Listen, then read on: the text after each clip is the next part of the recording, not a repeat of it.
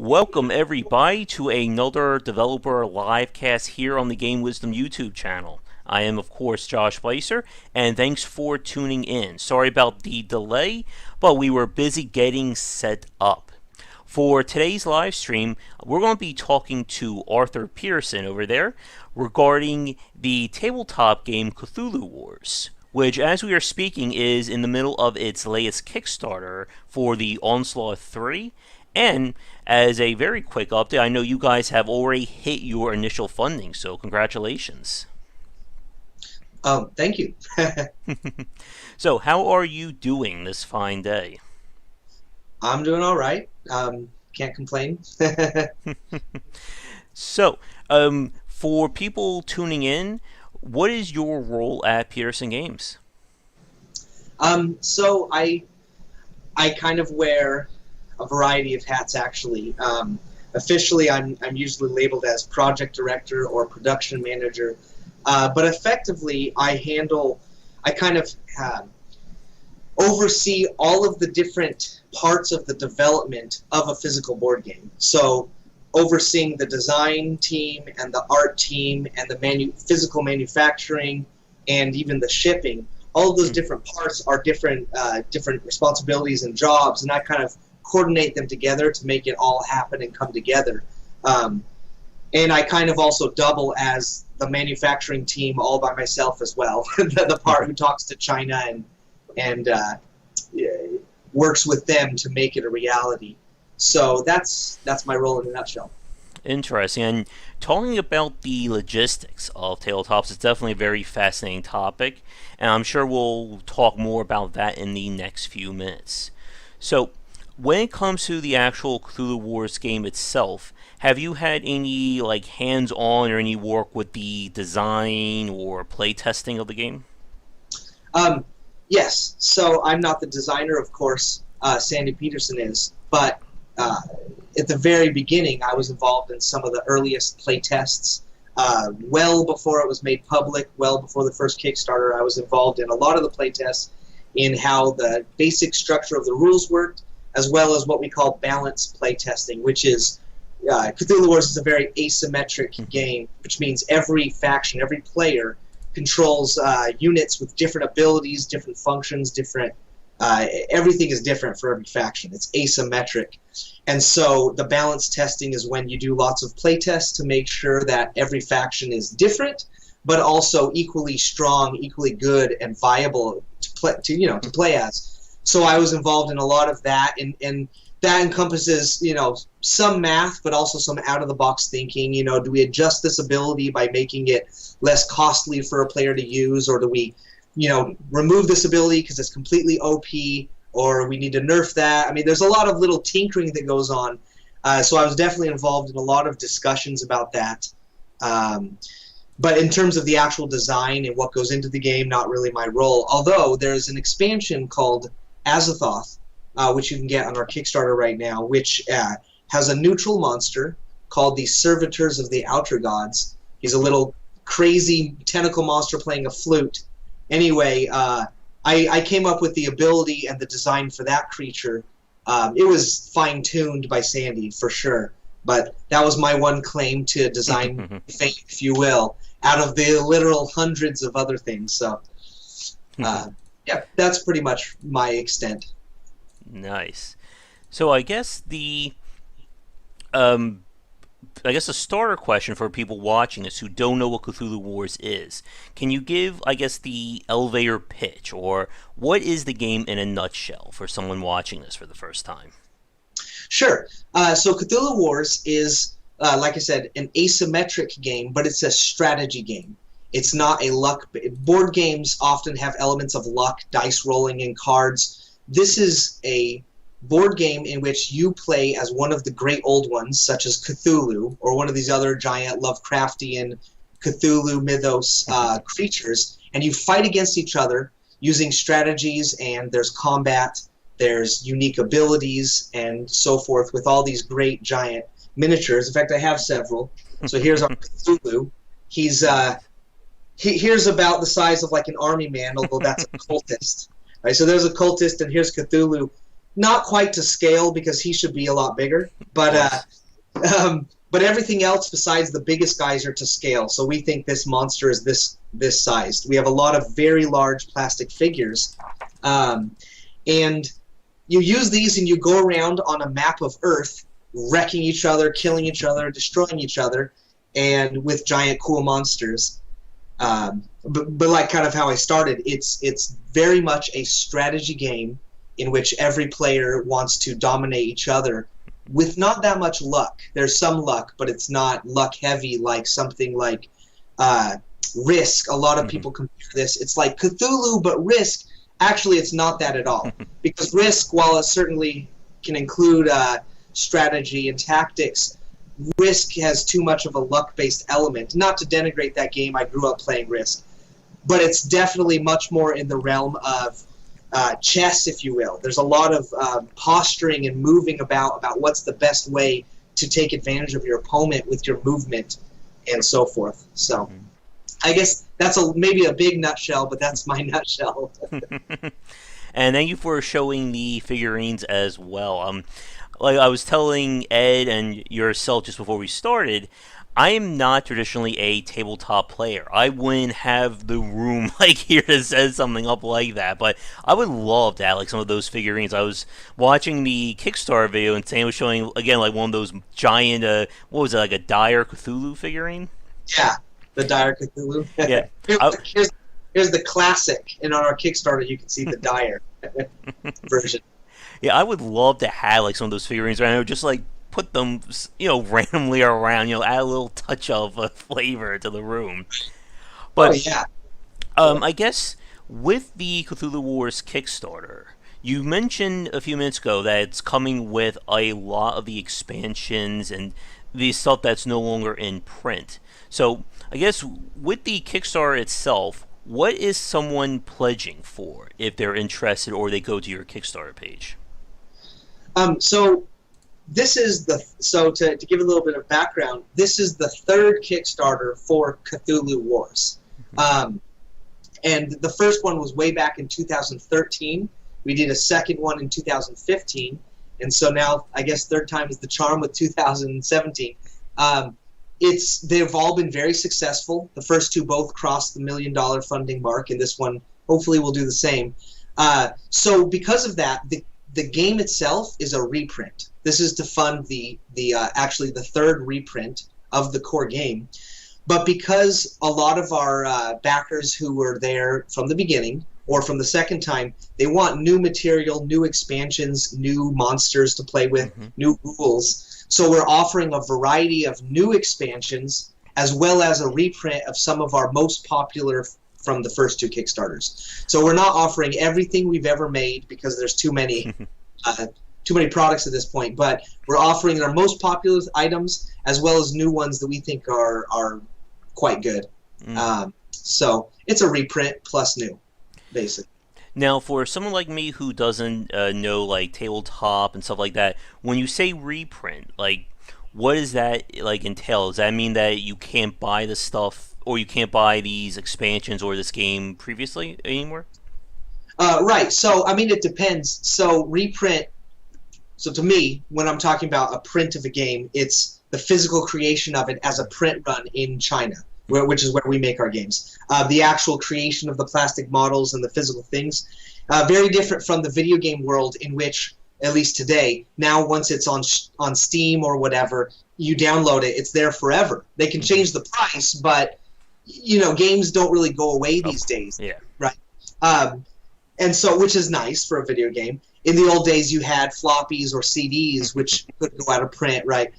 So this is the third reprint. You can go to board game stores, Magic the Gathering type shops where they sell hobby board games, and certain websites, and you can find Cthulhu Wars from previous print runs online. Certainly on eBay, you can find it for very expensive. It goes, before this Kickstarter, the core game would go for like $600. We're offering it for $200 with a free expansion. So it's much cheaper and supply and demand.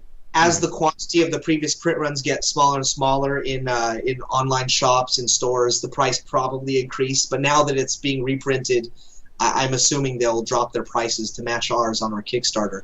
Yeah. But maybe I shouldn't say this, but out there in the wilds, if you will, among different retailers, there's definitely only a few hundred left anywhere in the world to be sold.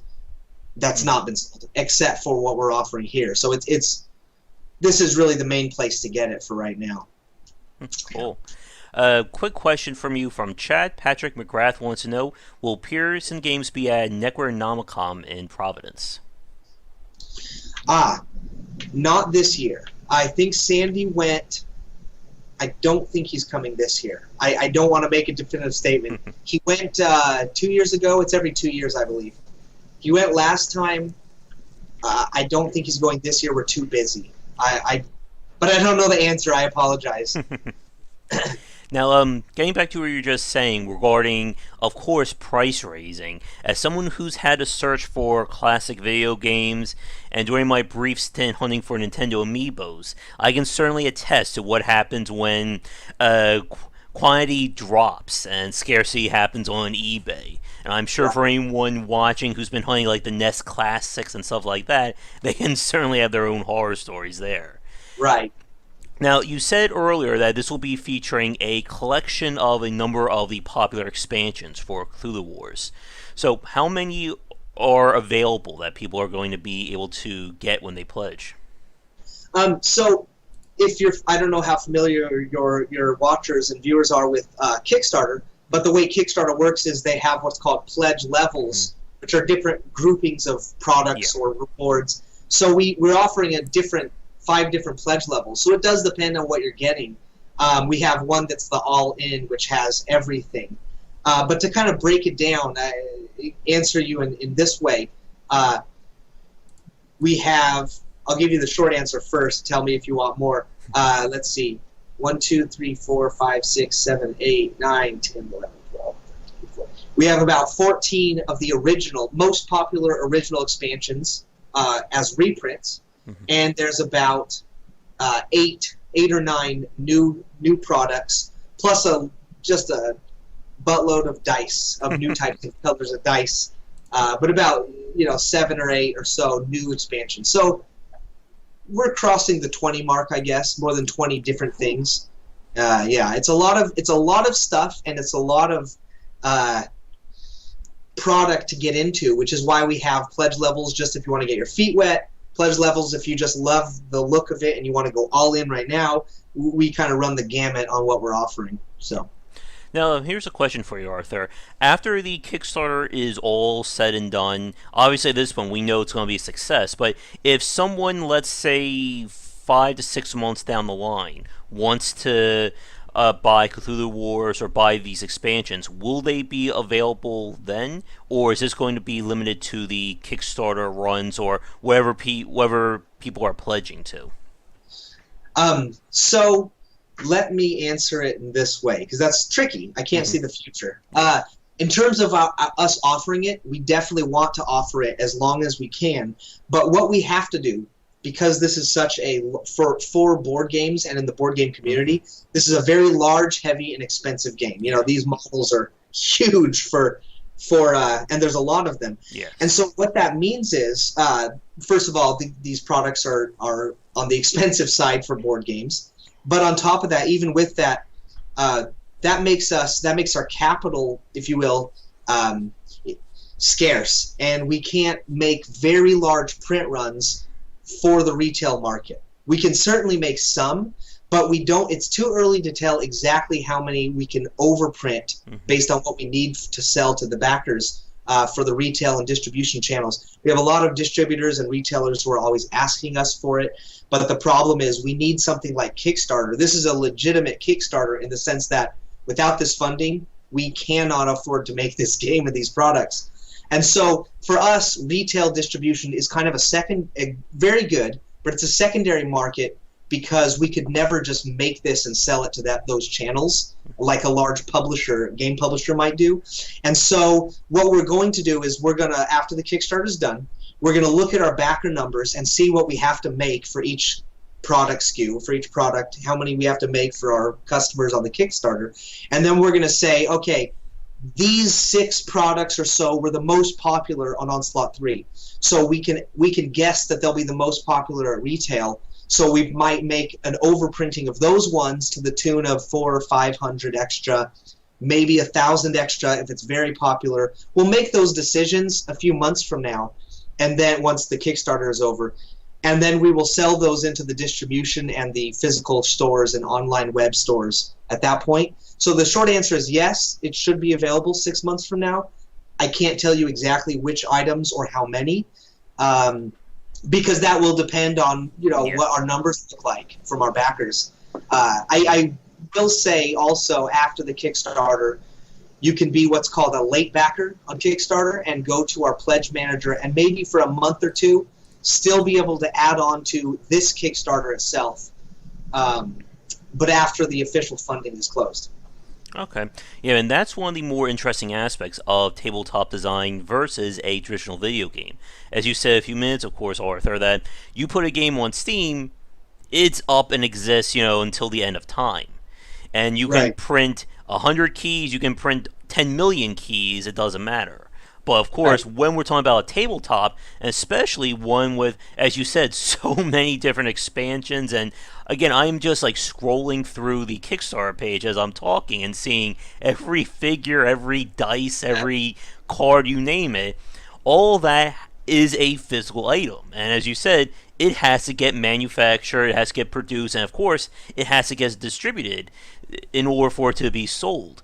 And that kind of level of logistics is just a whole different scale compared to a traditional video game, and why it is very fascinating, and of course, as you can probably attest to, Arthur, very challenging to be shipping and creating a tabletop game.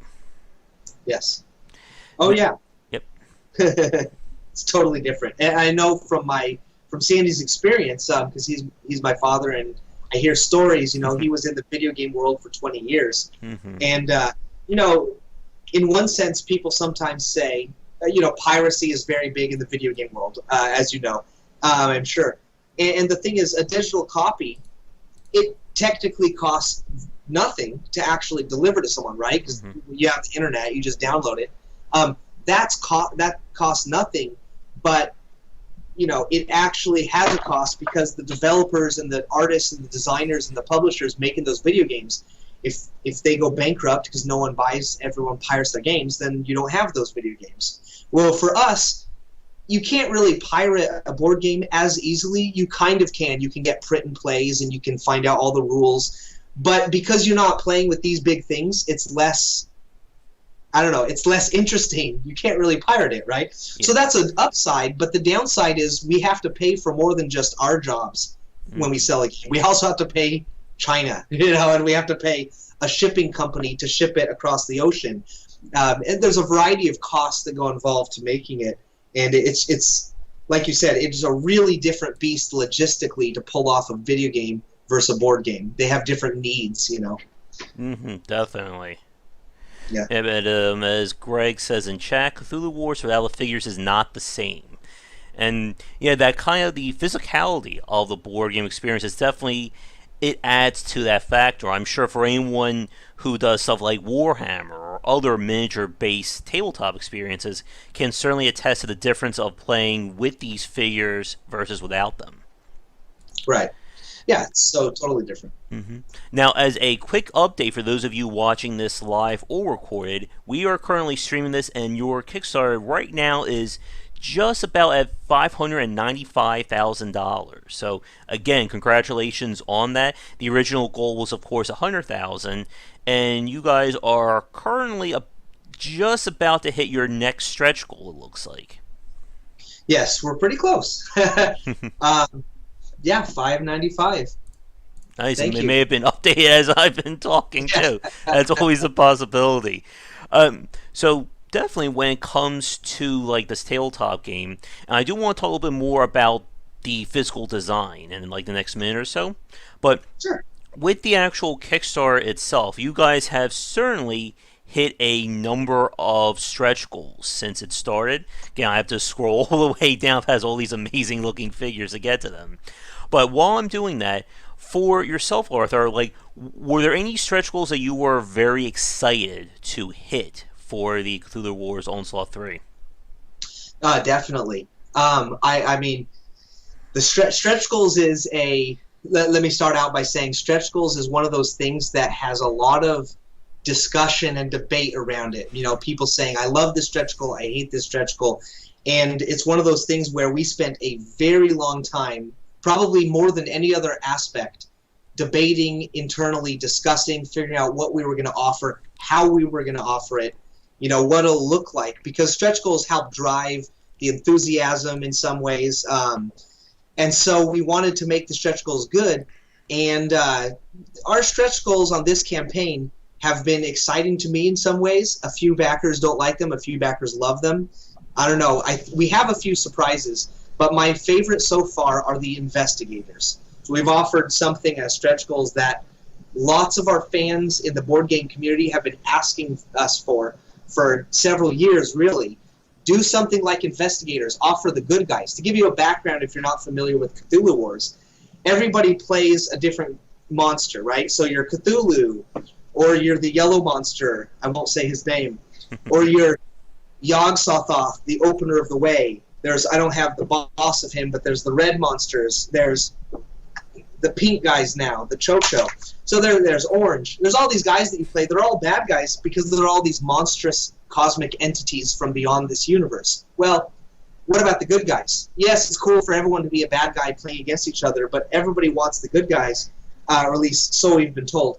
And so we're offering stretch goals that offer, or we have stretch goals now, that provide humans who are kind of the last hope of humanity, if you will, because I guess I should have said this in my elevator pitch, the basic idea of Cthulhu Wars is the humans lost, and all these great old ones and monsters came to Earth, and the only humans that are really surviving are the cultists who worship these monsters. So these are humans. Everything else is a monster. All the cities, the populations are devastated, and it's a post-apocalyptic world that you're playing in. Well, apparently there's a few humans that are living like, you know, Road Warrior Fury Road, Mad Max Fury Road, whatever. They're living like that with, you know, broken things, and they're trying to piece together stuff to live with in I guess, underground. I guess kind of like Terminator or whatever. They're the dregs of society that's surviving somehow in this world, and they're kind of rising up to fight back against the great old ones. Probably they're not going to win, but they're the underdog of underdogs, if you will. And that's the stretch goal I'm kind of excited about right now. Cool. And I'm looking at the stretch goal list right now, so it looks like you've hit both investigator stretch goals at this moment, so I'm sure a lot of people are going to be very excited about that. Now, besides the investigators, which, as you said, was a feature people have been talking about, obviously with the reprint of Cthulhu Wars, what are some of the other, I guess, new things that you can talk about that you're offering with this Kickstarter? Okay, like new products and add-ons, you mean? Yes. Or sure. So if you scroll up to the best way to see this actually is to scroll up to the top, and I can walk you through real quick the new items. And actually, let me, if you don't mind, can I give your listeners a link, or should we not do that yet, or something? Yeah, you can give a link. If you're in the chat right now, you could type it in there as well. Oh wait, you gave it to me. I can put that in. Yeah, sure. It's just the time delay. It's weird for me to see myself. Yeah. So, but anyway, sorry for that. The new things. One of the most exciting aspects of Cthulhu Wars is the asymmetry, and so people love that every single color that you play as works very differently. Different monsters. You'll see, for example, red and purple don't even have the same monster types. They are all different with this asymmetry. And so what's exciting is when we offer a new faction. And a faction is basically a color with its own monsters and everything. So if you look at near the top of the page, we have that heading that says New for Onslaught 3. And that says the Ancients New Faction. So this is our entirely new element that you can play as, and we had to choose a new color, so they're kind of turquoise. So we've made the whole campaign kind of turquoise, blue-green based to kind of call out that the Ancients is our new faction, and that's their color. And they come with several things. You know, if you're not familiar with Cthulhu Wars, some of this might sound like Greek, but they have these things called terrors, these very large Yothin creatures, called Yothins, I should say, which are terror unit types. Rather than great old ones, they have new monsters, they have new acolytes, which are the human part of the faction. So that's something that has its own rules and its own units that will now play very differently from every other color once people have it. Should be the most exciting thing. It is for me as far as the products. We have a new map. Every time you play Cthulhu Wars, you have to choose a different map. So the core game has an Earth map. We've done lots of different expansion maps in the past, but this time we're only offering the Shagai map, which is the new map. So there it is. Let's see, the massive Nyarlathotep. If you're familiar with the Cthulhu mythos, Nyarlathotep, otherwise known as the Crawling Chaos, is one of the most famous great old ones. And he's basically supposed to have 1,000 different forms, or countless forms, but you can say 1,000 to say it's a high number, you know. And so this is an expansion that allows you to play different forms of his, like the bloated woman, who's, I guess, a babe. The Shadow Pharaoh, which is kind of looks like a centaur mummy, I guess. It's pretty cool, really. These are fabulous miniatures. And the Dark Demon, the Dark Demon has a really awesome lore. In the story for the Dark Demon, basically, a guy gets possessed by a demon, and his body turns into this Dark Demon creature. And then the spirit that possesses him leaves, but his body is still changed into that shape. So imagine like a possession movie in which once you're not possessed anymore, you've changed into this horrible monster. Nice. It's just, yeah, if any of your viewers are not familiar with Lovecraft, his writing, actually that was written by Robert Bloch, but in general, the Cthulhu mythos is fabulous horror literature, and it's groundbreaking even though it's 80 years old. But back to Cthulhu Wars Onslaught 3. Beyond Time and Space, several new monster types that I think are interesting with new special rules. Something I want to point out also, because this is our third printing of Cthulhu Wars and the third set of new expansions, Sandy kind of had to go think really outside the box for some of the rules and ideas for how these things fit into the game, which is kind of a double-edged sword.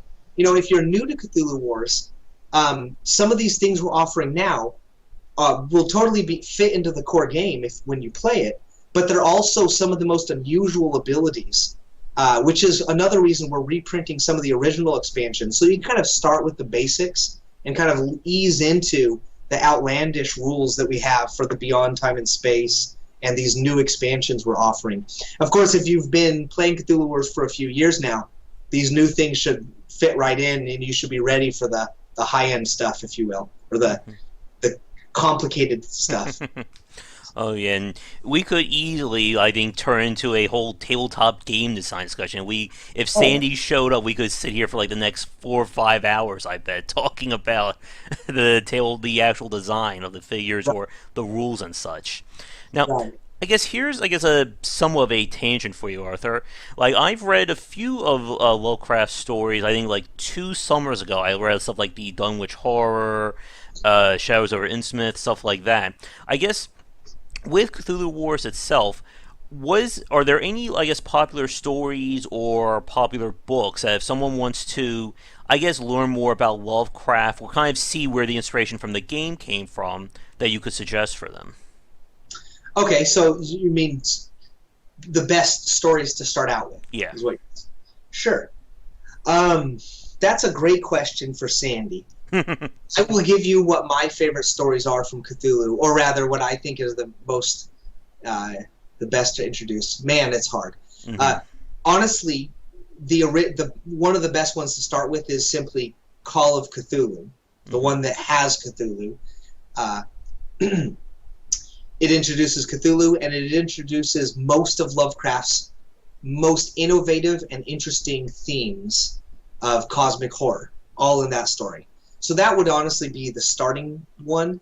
One thing I should say for those who aren't familiar with his writing is that he wrote in the 19-teens, 20s, 30s, and what that means is his writing is kind of might seem archaic now. He doesn't seem action-driven the way modern writers are, with scenes that kind of come alive, like you can picture it like a film or a movie. It's a lot of you'll have to have a dictionary next to you as you read them, you know. So you have to be prepared for writing that is old school, if you will.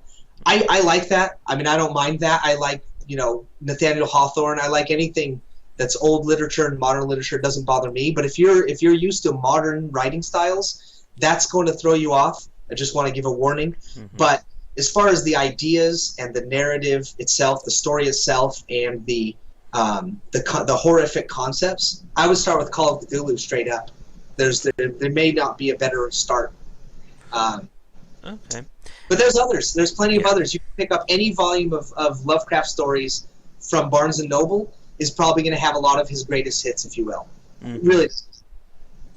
Yeah, I was reading them from my local library, and it was always fun asking the librarian, do you have anything with Cthulhu in it? How do you spell that? I'm not sure. Yeah. It's always fun when you're trying to talk to someone about Lovecraft. Yeah, it's a story about Yog-Sothoth. You know who that is, right? Yeah. Haven't you heard of him? Yeah. That's always a great conversation. Now, getting back to the Kickstarter and the Cthulhu Wars tabletop itself, obviously you've shown a lot of the miniatures already, and I'm sure I can just imagine, like, off camera right now, there's probably like dozens and dozens of figurines and little models surrounding you.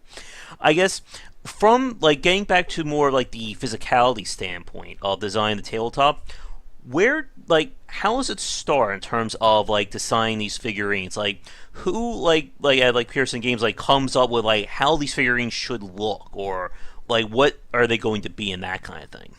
Sure. So here's kind of the full process for the plastic figures. So first, it all originates with Sandy and his fevered brain.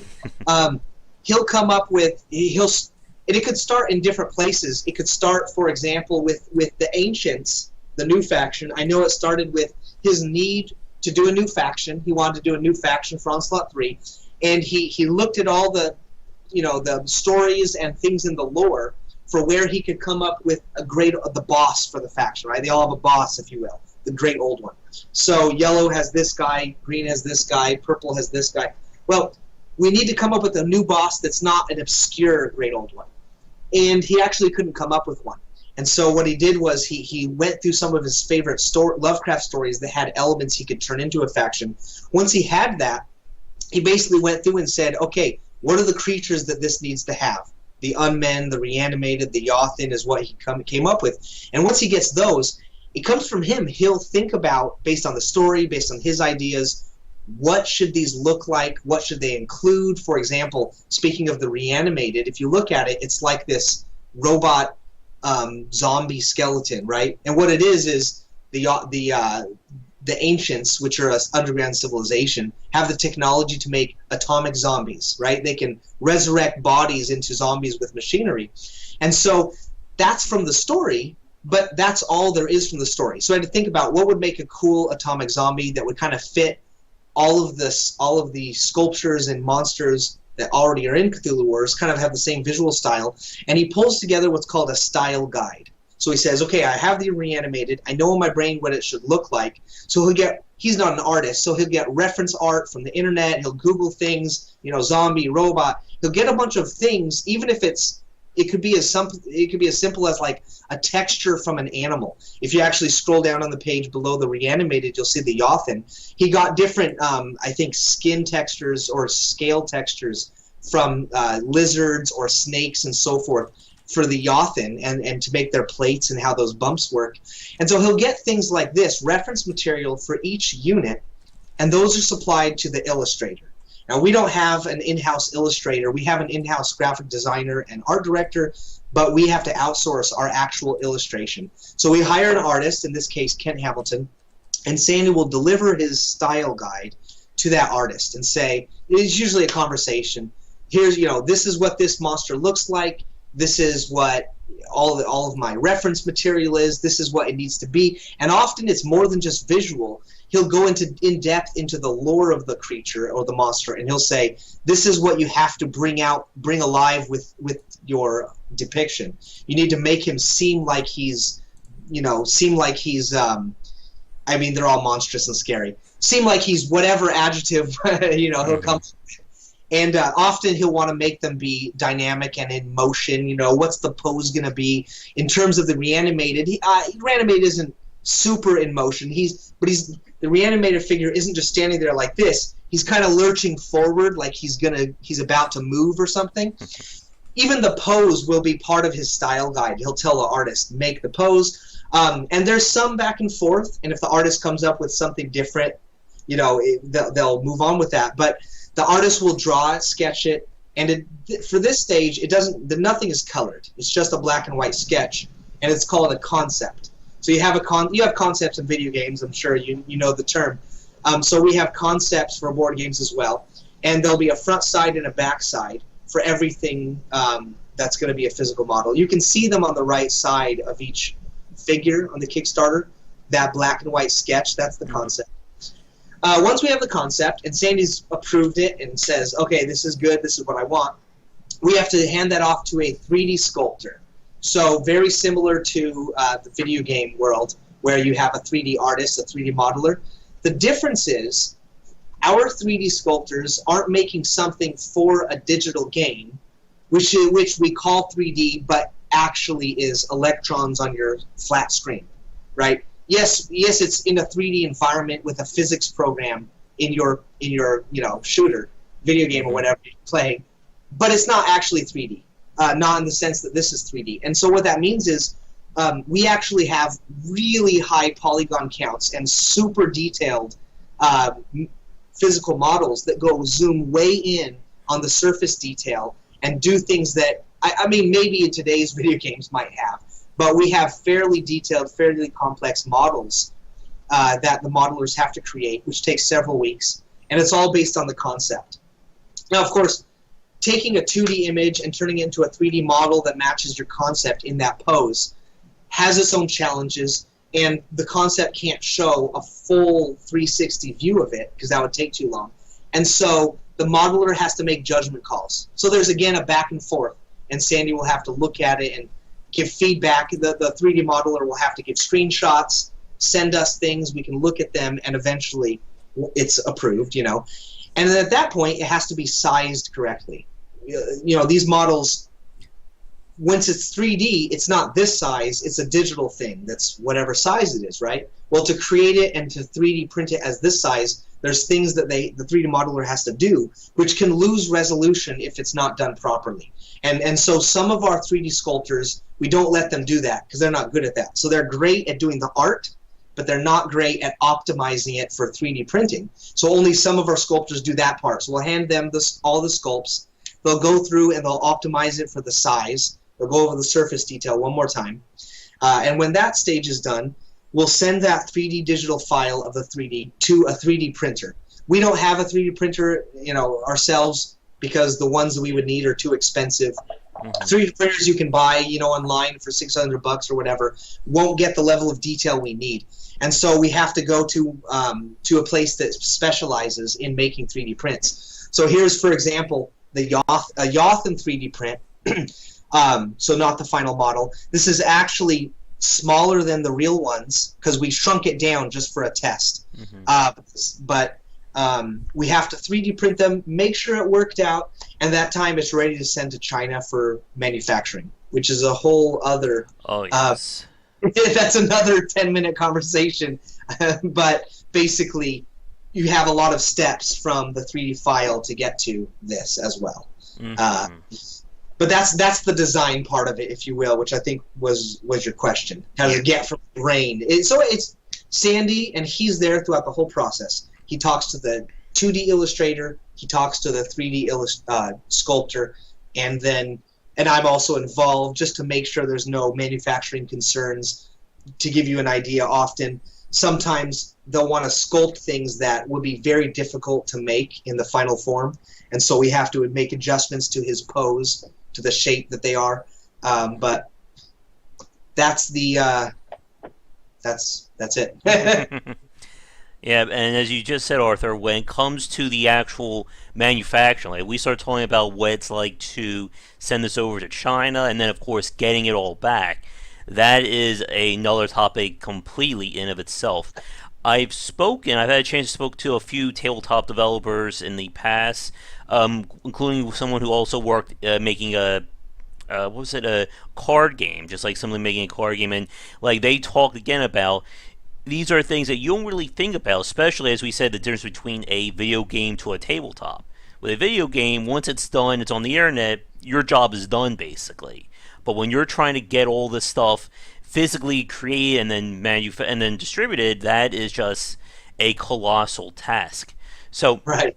Here's one thing that I was actually really curious about. I want to ask you about, Arthur, and that is designing, I guess, the physical presence of this board, or physical presence of the game, as in when you've got your figurines, you've got your board, how do you put this together so that in terms of like, I want the board to be this size, or I want to make sure that it can fit in this space. Like, as I said, for myself, I've never ran a tabletop game here. I'm not sure if I'll even have the room in this particular room to do something like that. But when you're thinking about putting this together and for someone, how do you design, I guess, again, like the physicality of this board game? That is a difficult question to answer because it's so dependent on what the game is. Certainly, at the very basic level, and Cthulhu Wars, please understand, is very unusual because of the monstrous size of these. And the size of these come from Sandy's desire to make them what's called 28 millimeter scale, which is one of the standards of tabletop miniatures, meaning that if he's 28 millimeters from the bottom of his feet roughly to his eyes, he's about a fully grown human, like say 6 feet tall. And then we just scale everything to that. But for when you're talking about the totality of a board game and everything that it goes in, that is kind of a conversation, if you will, between the design needs and the art needs. So, as well as really the gameplay needs. I guess that's the design needs. What I mean by that is, so in Cthulhu Wars, for example, you have something called spell books, which are little teeny rectangles that have text on them, which give your faction special abilities. So every faction has different ones. So purple has 6, which are different from the 6 yellow has, and so forth. Well, because these have abilities on them and text that say, now you can do this cool thing, now you can kill your enemies, right? Whatever. So we need to make that legible, right? So there's a design element of what is the full text, and there's an art element of how big does the font need to be to make it legible. And then once we say, okay, because the biggest or the longest spell book is, say, 30 words, and we don't want the font to be smaller than this because then you can't read it, that kind of tells us, okay, the size of the spell book is whatever the size it is, right? And now we can map out, okay, there's 6 of these in a game, or 12 of these, or 24 of these, and you can start figuring out the total number of figures or total number of elements in the game, and the size each should be. But even when you get to that stage, there's a lot of guesswork, because if you think of a box and you think of what's in a board game box or how it could fit, there's a lot of ways to fit the same things in one physical space, depending on how you put it there, right? With trays and how you stack it. I mean, anyone who's played Tetris knows that you can stack things in different ways, and it can fill up this much space or this much space, right? I mean, and so basically some of that is, once we know the size each element needs, which again is a conversation between art and design and playing the game. How big does everything need to be so you can see it? Sometimes Sandy will say, that token of cardboard needs to be visible across the room, who has it or where they have it, so it needs to be big and good looking or whatever. So once that's figured out, I will talk to the manufacturers, and we'll kind of figure out the smallest space we can fit it that also protects the material inside. We'll have a tray where you fit the things, you know, for example. To go back to what you said about a card game, you know, optimizing the size of the box for making it small and light isn't always what people need to do.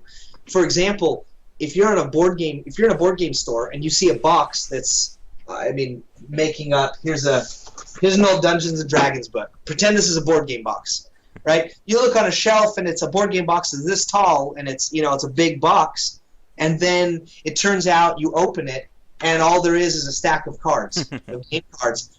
You'll find that sometimes. You know, you don't have a ton of things inside the box, but it's big. You could have made a very tiny box to fit all of that.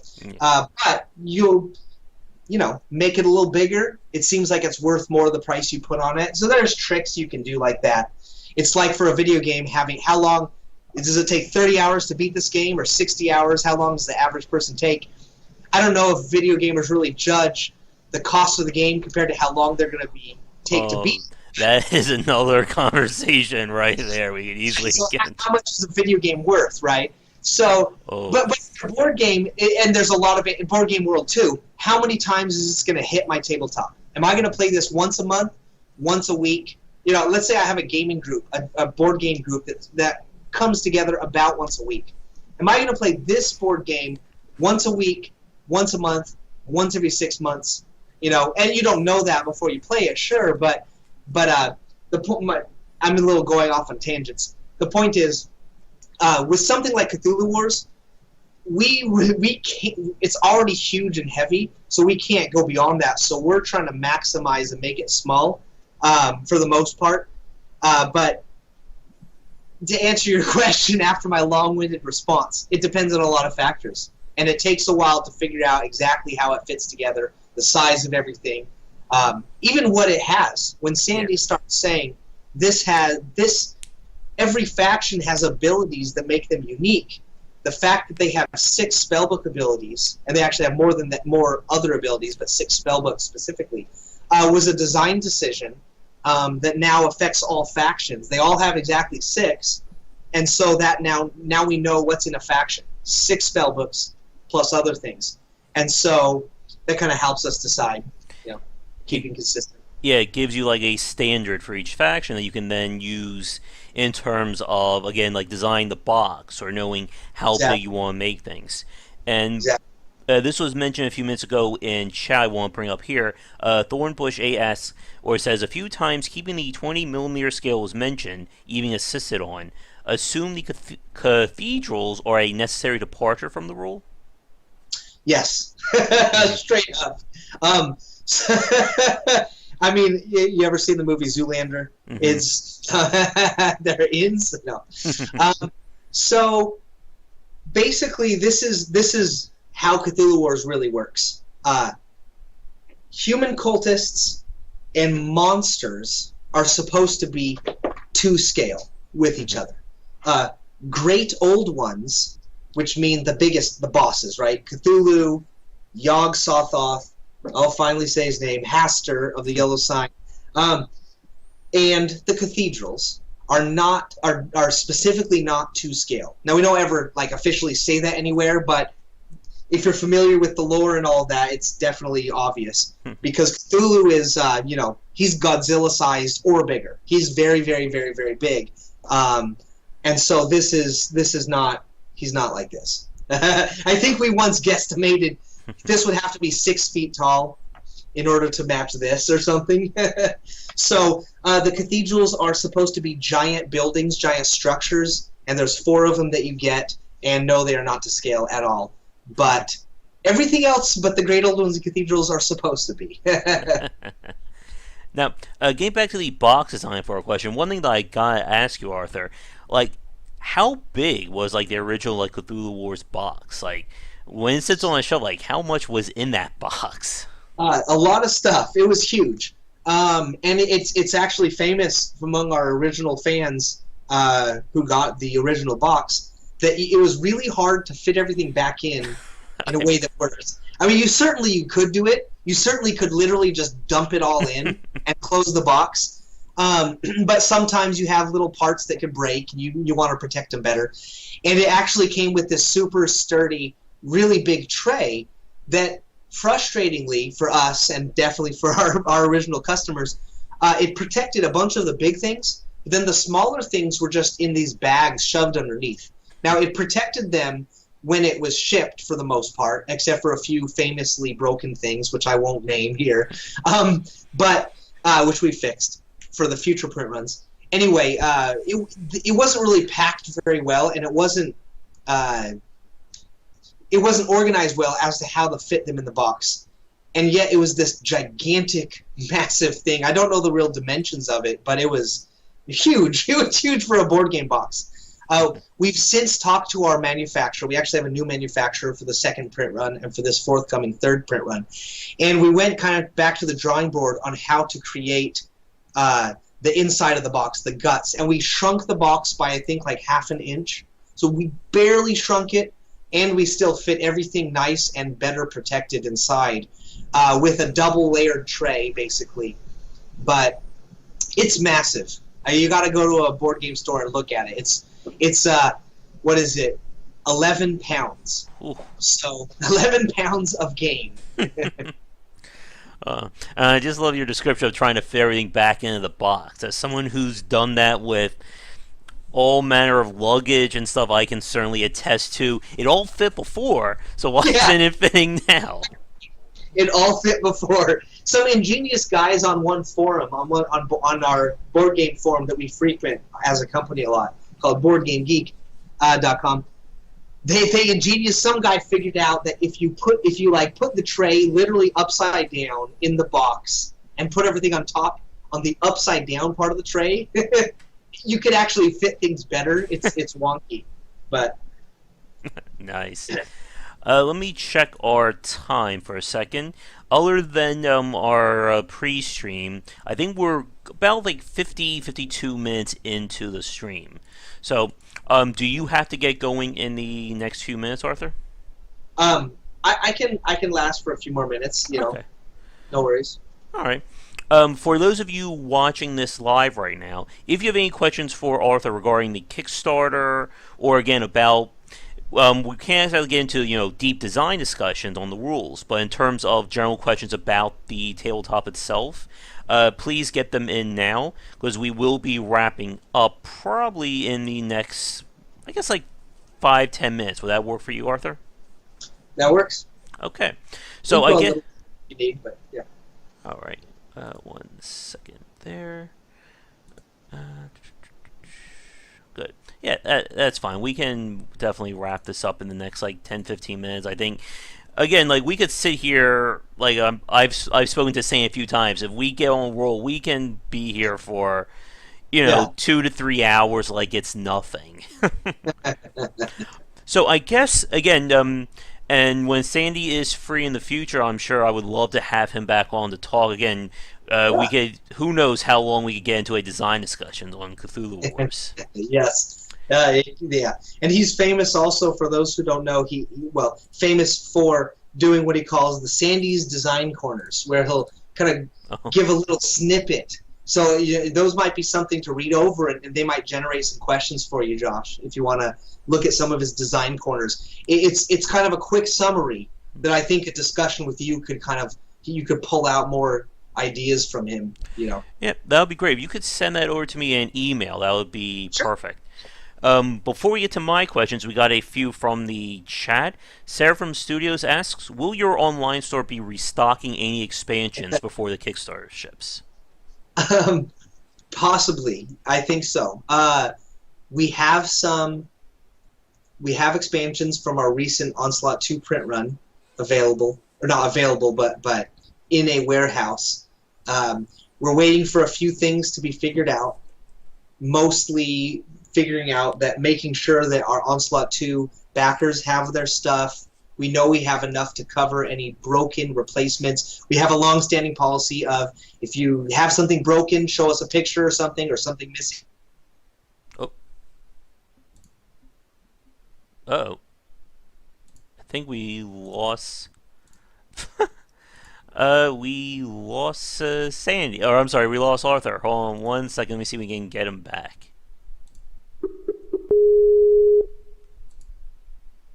Oh, the Cthulhu just interrupted our stream there. Hey, Josh. Yeah. I think my internet cut out. Yeah, you did. All of a sudden we lost you there. Sorry about that. All right, if you want to put your video back on or leave it off, whatever works better for you.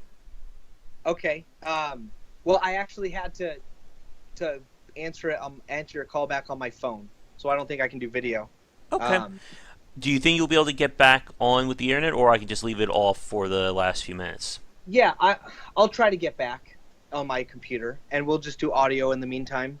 Okay, no problem. Let me get back here. I'll turn off the Skype then while we're waiting, or what happens. 1 second. There we go.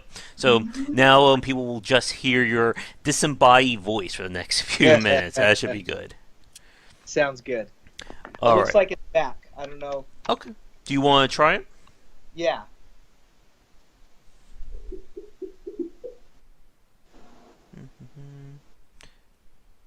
All right. 1 second, folks. We want to see if we can get Arthur back on. Oh, did it go, or do you want to try calling me? I got it. How's Awesome. this? All right, let me get you back up. There we go.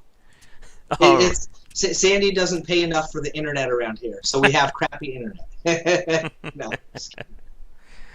All right. I think you cut out just as you were answering that last question. Did you have anything else to say regarding restocking?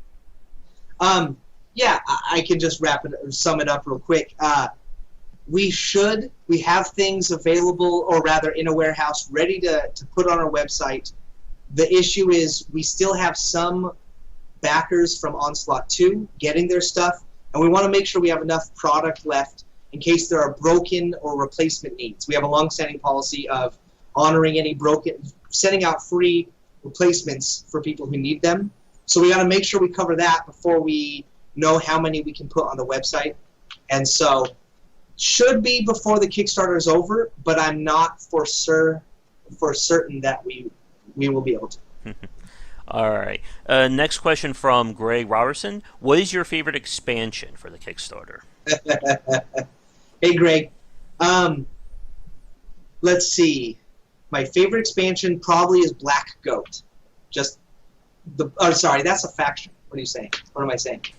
Expansion, that's a tough one. It's probably a toss-up between Sleeper and Azathoth, I guess. Nice. And Wyvern's Rose, hope I didn't just butcher that too much, ask, what surprises are in for us with the Onslaught 3 stretch goals, and which is your favorite stretch goal? Nice try. I'm not going to give away the stretch goals. I knew someone was going to try that. We've teased a few things. If you want to see, the main thing is there's 4 more investigators. If you see there's silhouettes of 4 unnamed investigators, we got a few things left to surprise you with, but the investigators are one of the big ones. What is my favorite stretch goal, she asked? Probably the investigators. Let's see. Zinny1403 asks, will you be in Essen this year? Yes. Not me personally, but Petersen Games will be. And follow-up, what can we expect there? At Essen? Yeah. I'll be quite frank. Hopefully nothing in the way of Cthulhu Wars. And I say that because hopefully we're sold out of all of our stock. No, in all honesty, Onslaught 3 will not yet be shipped by Essen, so we won't have Onslaught 3 stuff. We might have some Onslaught 2 stuff. But we will have we should have prototypes of new games by Essen. So I'll tease that. And Unfiltered Gamer wants to know how you felt about their review of Cthulhu Wars. I don't want to offend, but there's so many reviews and things we see. I can't recall which one that is, but I'm sure I loved it. That's the good answer there. We are honestly floored by the positive reviews we've received over the past few years. Not every review has. There have been reviews that have had criticisms, but we love all of our reviews. Every time, I want you to know this, Unfiltered Gamer. Anytime there's a review that anybody on our team is aware of, we will send it to the other people on our team. Everybody will watch it. Well, not everybody, but most people will watch it in our team. And Sandy will, I will, and we will say, awesome, that's great. We will always pat ourselves on the back. Yay, someone else loved us. So unless your review was very negative, I'm sure we watched it, and I'm sure we said, yay, that's awesome. We love every review we get, no matter, we just do. So we're very, we like to talk to our fans. We like to talk to reviewers. We like to kind of be involved at that level. And so as hopefully is you're aware of. And so please reach out to us on Filter Gamer if you want to do anything special. We'll talk to you, whatever. So cool. Another question that just came in for Maurizio Alcabo. I'm pretty sure I just butchered that name. I apologize. Wants to know, will there be changes for Tico? I'm not. Again, I didn't play the board game, so I don't know that one myself. The Chocho. Chocho. Yeah, we had Chinese food for lunch. The General Chocho's chicken. Will there be changes for Chocho? So what he's referring to, for those who, let's see, for those who aren't aware, the Chochos are the new faction for Onslaught 2, so our second Kickstarter. And some people, because it's new, some people think that it's OP, and it has some abilities that make it too easy to win with, especially for new players. I'm not 100% certain if Sandy agrees with that assessment, and so there might be no changes. I think, so to give you a little bit of history, when Opener of the Way first arrived, he was seen as way too powerful, and no one could defeat him. But that only lasted for maybe a month on the forums, and then people realized how to defeat him. It's possible Chocho is slightly OP, but Sandy doesn't think so, at least yet. So if there are changes, we'll let you know, but I don't think there will be. Awesome. I guess from my own perspective, again, not having a tabletop experience, when you do the different reprints of Cthulhu Wars, again, you said Onslaught 2, and this is obviously Onslaught 3 right now. Do you change anything with these revisions? Do you alter the rules? Do you is there a difference? Or I'm pretty sure I'm asking a minefield of a question right now. Yes, yeah. So that's one of the most frustrating parts of it being a physical product instead of something where you can do DLC or whatever, or a patch, I should say, right? In the video game world, update your, get a patch download from Steam. So there are changes for Cthulhu Wars specifically. Every time has had at least minor changes. Nothing super substantive generally, which means that if you still have the very first edition of Cthulhu Wars, it's a great game, it plays great, it works. There have been a few balance changes, which means some abilities have been tweaked, like maybe it costs 2 power instead of 3 power to do a special ability. And what we did on Onslaught 2 was we offered those errata changes for free to everybody just for being a backer, and we're doing the same thing this time. So as long as you're backing us on Kickstarter, any changes we make between the last time and this time, we're giving it to you for free. We may not do a backwards compatible if you missed the second Kickstarter. That's kind of still in discussion internally, but we'll see. We like our fans to have the most updated stuff, so probably. Awesome. All right. I just put in chat that we're going to be wrapping things up in the next few minutes, especially with my voice starting to cut out over here. I'm not sure how you're doing there, if you're going to lose your voice soon. Probably. Someone said someone has to ask about penguin. That's probably a typo, an S. Penguins. Okay. Yes. People keep asking for Sandy to make penguins as a monster. A giant. Well, to be fair, giant albino penguins. But still, that's because there happens to be a story called At the Mountains of Madness in which there are giant albino penguins. But they're not really the focus of the story. They're not the monster. They're not. They're just silly, right? So. Here's one for Marcus. Is there a chance to get all previous monster, terror, etc. cards in 3mm cardboard as an add-on? There's probably not much of a chance. This is the first time I think I've heard of that as a request. It's certainly not something a lot of people have been asking for, and that's not going to be a lot of. I don't know if there's a lot of demand for that, and it's going to be an expensive thing to offer. So, Sorry, Marcus S. Probably not. All right. Tosama asks, what is Arthur's favorite neutral unit and why? Well, clearly the best neutral unit is the Servitor of the Outer Gods, because it's the one I designed. No, but in all honesty, my favorite neutral unit is probably well, now you say unit. I'm going to include the independent Great Old Ones, which are technically independent, but they're neutral too, which would make it Gatanathoa, the independent Great Old One, either him or the Bloated Woman. Gatanathoa, partially because the sculpt looks so amazing. I love the way he looks, and his ability is just super fun. I love abilities that just really get down and dirty and really, screw over your opponents, that really mess with you. And Gatanathoa does that, and the Bloated Woman really does that, and that's one of the new things in Onslaught 3. So those are my two favorites. Mm-hmm. I also just want to throw in there, what's it been like trying to pronounce all these crazy words over the years?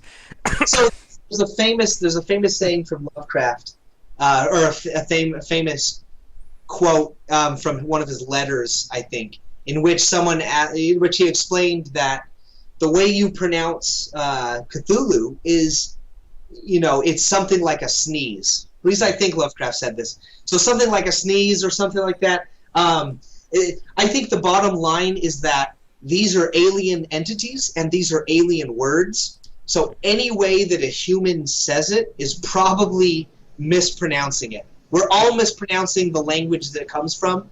So it kind of doesn't matter. That's great. I need to use that excuse the next time I do a live cast or something. It's not my fault I'm not pronouncing these words right. It's alien to me. Exactly. It's one of it's one of those things about the Lovecraft mythos that it's infused with creativity. Every aspect of the Lovecraft mythos is just endlessly creative, and that's one of those things.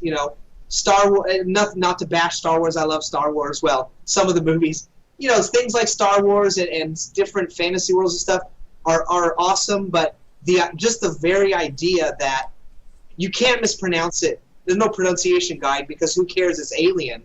Is really kind of innovative and creative, and that's the kind of thing that Lovecraft added to his universe, if you will. Mm-hmm. So. And just want to get a quick shout out Unfiltered Gamers saying that their affiliate site is running a board game giveaway for Cthulhu Wars and a Glow in the Dark Cthulhu. So, sponsored by Petersen Games and Gamerati. So, I guess check that out. And for those of you who are new, who are watching things, Petersen Games. Another good example, again, of that sprawling narrative or the sprawling mythos of Cthulhu and Lovecraft, of course, is the video game Darkest Dungeon. Have you heard of that one, Arthur? Yes, Darkest Dungeon. Yeah. My brother, I haven't played it. My brother Grant likes it. That's the one where it's not a side scroller exactly, but it's you go into the dungeon and fight monsters, kind of like an old school role playing game, but you're sideways, right? Yeah. Something like that. Yeah, I've seen screenshots of it. I've seen a few short plays, and it's awesome. Yeah. I apologize. What was your specific question? Oh no, I was just bringing that up again as an example of again, like the spread of the Lovecraftian mythos. Oh, absolutely. It's really, yeah, and it's a two-edged sword. It's wonderful that he has that Cthulhu and the Lovecraft mythos has penetrated so far into pop culture, gamer culture, gaming culture, film, music. It's really comics, definitely literature, obviously, and writing his stories. It's everywhere now, and he's a meme on the internet, if you will. That's the good side. The downside is he's also in some ways watered down in the sense that a lot of people miss out on, Cthulhu himself. He's seen a little bit like as the alien counter to Godzilla, if you will, right? Godzilla is this giant thing in the Pacific Ocean that menaces Japan. He's a giant alien that sleeps under the Pacific Ocean that rises up and menaces the whole world. He's a giant monster. But really, I love Godzilla, so this is nothing against Godzilla, but he's a different kind of thing than Godzilla. As much as I'd love him to fight Godzilla in something, but he's way more horrific and horrible. He does things like when he wakes up, he can end the world, and he can have telepathy that makes everyone in the world go insane. Mm-hmm. This is something that Godzilla, as great as he is, it's a different kind of it's a different level of horror, right? That's why it's cosmic horror. Yeah. And I think with the spread of him everywhere, which is great, sometimes you can lose some of that when he becomes more of a joke, although I love jokes about Cthulhu too. So there's a downside to it, and it makes it harder sometimes to appreciate the horror stories. But yeah, I may just be old at heart. I don't know.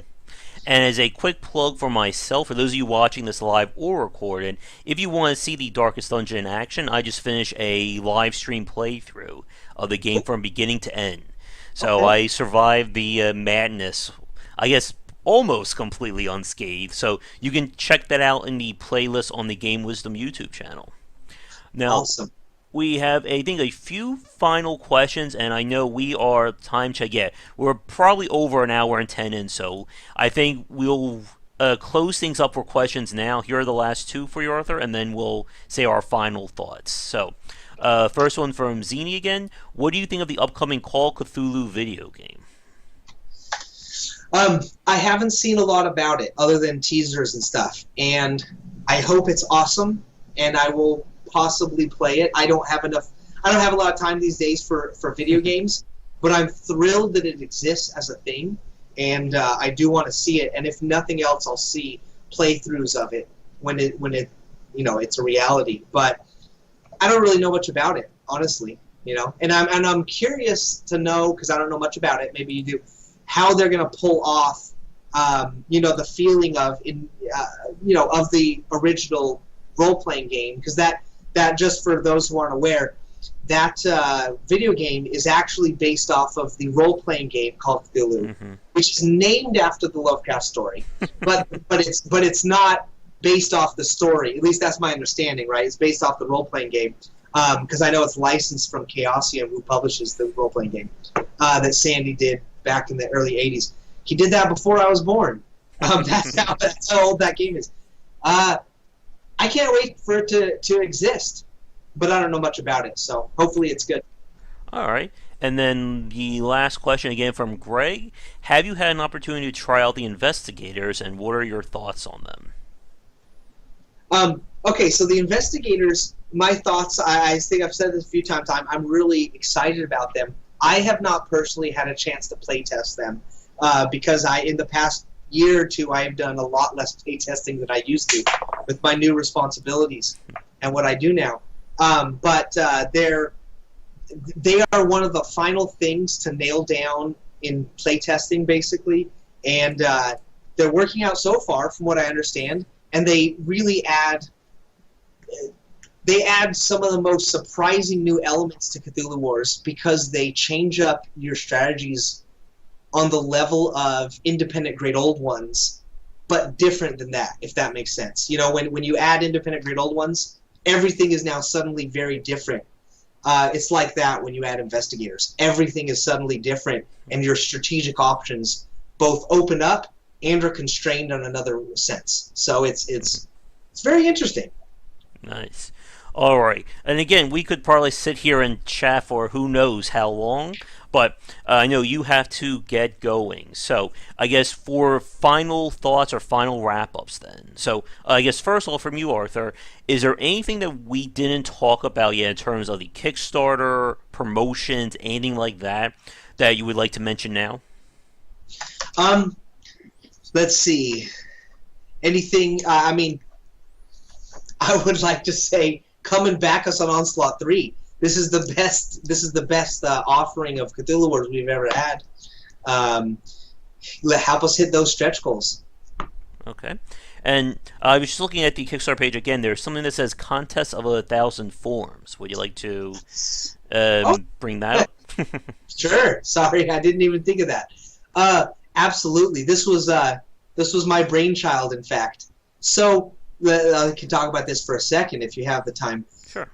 So what happened was, a few months ago, as we're planning this Kickstarter, one of the things that we're grateful for and that is exciting to us at Petersen Games is that that Cthulhu Wars has spawned so many fan variants. It's this is like in video game culture when there's a level editor and people make mods for all sorts of things, right? It's like that, but in the board game world, that's rare. In the video game world, that's super common. In the board game world, there are house rules, that's common, but to make entirely fan-made expansions for your average board game, that's something really in the role-playing and maybe the miniatures gaming field, but not in the straight-up hobby gaming side of things. But Cthulhu Wars has that culture, and I think part of it is because the core game design is so strong and so solid that it allows for endless expansions to be invented. And the community has responded, and they've made all these new abilities, new neutral units, new factions, new maps, you name it. And because they've made these things and they've posted them on forums such as BoardGameGeek.com primarily, because they've done this, we had this idea a few months ago in which we would let people basically compete for something to be an official expansion. And the way it works is you can submit your expansions, your factions, your neutral great old ones, or independents, whatever you want. And we're going to take those and we're going to let all the backers actually look at them and vote on them, or rather nominate them. So the top 10 voted for will become the top 10 nominations, and then Sandy's going to take those 10, and he will ultimately decide among those. And we are going to make it official. Now, because of time to make the game and because of costs and all of this, we're not going to make plastic figures, and we're not going to make physical printed copies of them, but we will make all the things needed to play that faction, except for plastic. And we're going to even hire an illustrator to illustrate everything that's needed, and then we'll give it to our backers as a free PDF. So you can print it, and you can actually play with this expansion. So that's the idea. Please, if you feel you have a design bone in your body, or two design bones, or that design organ that's vestigial for some people, like me, please come to our Kickstarter and submit your design. Now, I will say, the downside is if you're new to Cthulhu Wars, it's best if you really know how the game works. You've played it a few times, and so there might be challenges to getting a copy and playing it in the time span needed. But if you've ever played Cthulhu Wars, or if you want to watch some play videos and get it in your head, go for it, man. Nice. I'm sure someone's going to suggest that albino penguin faction at some point. I'm sure someone is preparing that as we speak. That's right. All right. So, I think with that final wrap-up question, this will just be more about the Kickstarter itself, and then we'll say goodnight. So, for people watching this right now, how long is the Kickstarter going to run for, if they're interested in checking it out? Sure. So we have 18 days left, which specifically means it is going to end on Monday, August 14th. And in terms of like what, and obviously we are at the point of success, so we know that is going to go through. For people watching this, either live or recorded, once the Kickstarter is over, do you have a timetable set for when things will start to get shipped out to people? We do. This is a topic of great interest to our backers. If you've been with us for a while, not just because you want your stuff, but we have had delay. We have been hit with delays, and we've had slow fulfillment turnaround times for some of our other projects, most of our previous projects. And so for this time, to kind of make it as best as possible, we did everything we possibly could before the Kickstarter to make it ready so that after the Kickstarter we could immediately take it to China. Because we don't have the money right now to literally pay our factory until the Kickstarter is over. But we did everything else possible, which includes making the sculpts and everything, which looks at, I won't go through all the details, but our estimate is it'll be arriving in homes of backers around June of next year. So some people might be May, some people might be July, possibly, but our best guess is June of next year, and that's if everything goes according to plan, and that's with some buffers built in. So there it is. Awesome. Okay, so I think with that, we are going to probably wrap it up. Arthur, if you wouldn't mind hanging on, say, for like 1 minute after we end the live stream, I just want to ask you a few questions after that. But absolutely, Josh. It was a pleasure hanging out with you this afternoon. Again, congratulations to you, Sandy, and the rest of Petersen Games for the success. We have quite a lot of people on who I'm sure are fans of the game, so thank you to you guys for coming on for the live stream. I am sure they cannot wait to get this in their hands when everything is finished. And like you said, there are still 18 days left of the Kickstarter as of this stream, so I'm sure there'll be more stretch goals, and again, how far it will go is anyone's guess at the moment. Many more stretch goals. We have a lot to go, so... Awesome. So, for those of you who've been watching this either live or recorded, thank you so much for watching or enjoying our little conversation. If you're new and you want to follow me, be sure to like and subscribe to the channel. Like I said, for the new folks, I don't primarily cover tabletop games. I'm more about video games and game design. But if you're interested in more discussions, again, about any topics relating to making video games and design, be sure to check things out more on the Game Wisdom YouTube channel, as well as more writings and podcasts over on game-wisdom.com. I guess for you, Arthur, do you have any more websites you would like to pitch before we say goodnight for people who want to know more about Cthulhu Wars or Petersen Games? Specific websites for Cthulhu Wars Petersen Games? Off the top of my head, no, but check out Unfiltered Gamers Review. I apologize. I don't have anything really to tell you right now. No problem. I'll include a link to the Petersen Games site in the notes once this is all archived and set up. Yeah. And again, for those of you who are interested in the Kickstarter, I put a link to it above. I'll include one more link in the chat in case you did miss that, and that will be our final thing for tonight. So, again, for those of you who are my regulars or want to follow or want to see more, I may be doing a second live stream talking later this evening, but there will be some live streaming of games later tonight, probably around 10 or 11 EST, if you want to check that out. But again, I think that's all I have to say for now. Again, if we want to talk more about the design or the physical goods, we'll be here who knows when. So, again, Arthur, thank you so much for agreeing to come on. Best of luck with the rest of the Kickstarter, and hopefully when Sandy is free in the future, we can have that epic chat again at some point. Awesome. Thank you. Yeah, no problem. All right, so for you folks watching this live, once again, we are going to be closing shop for now. Thank you so much again for coming out, and I think that's all I have to say. So, as I always end these videos, be sure to check back for daily discussions on game design here and on GameWisdom.com, where we examine the art and science of games. Check out the Cthulhu Wars Kickstarter. Other than that, thanks again, and I will catch you all next time if you decide to come on for another live cast. So, Let me get my hand right there. Have a good night, folks, and thanks again for watching.